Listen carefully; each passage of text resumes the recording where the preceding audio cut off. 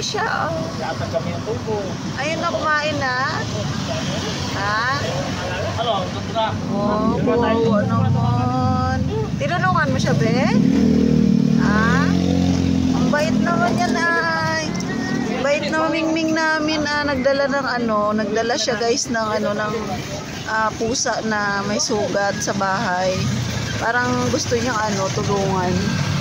Gusto niyang ano, tulungan namin yung pusang may sugat. Ito po yung aming pusa guys. Isa po siyang ano, napakabait, mawain na pusa. Ito guys yung tinulungan niyang pusa, dinala niya sa loob ng bahay talaga, may sugat po siya. Ito guys, oh. Abawan. Ayan guys.